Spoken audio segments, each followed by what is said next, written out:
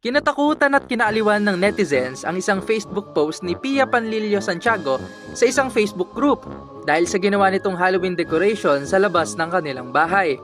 Ang ginawa kasi nitong Halloween decor na white lady na tinawag niyang babae sa bakod ay tila effective daw sa dami ng natatakot dito. Hindi lang daw kasi ang mga napapadaang rider natakot kundi maging siya mismo at ang mga ate niya ay natatakot na rin sa kanyang pakulo. Dagdag pa niya, hindi naman daw siya natatakot nung ginagawa niya ito, ngunit nang ipwesto niya na ay doon na sila natakot at tila hindi na nila kayang lumabas ng mag-isa sa gabi. Ayon pa kay Pia, noon pa ihilig niya na talaga ang paglalagay ng mga Halloween decorations sa kanilang bahay tuwing mag-uundas. Ayon pa kay Pia, noon pa ihilig niya na talaga ang paglalagay ng mga Halloween decorations sa kanilang bahay tuwing mag-uundas. Nahinto lang daw ito noong lumipat sila ng bahay na walang kapitbahay at ngayong taon niya ulit naisipan na ibalik ang pakulong ito. Umani naman ang iba't ibang reaksyon mula sa netizens ang kanyang post.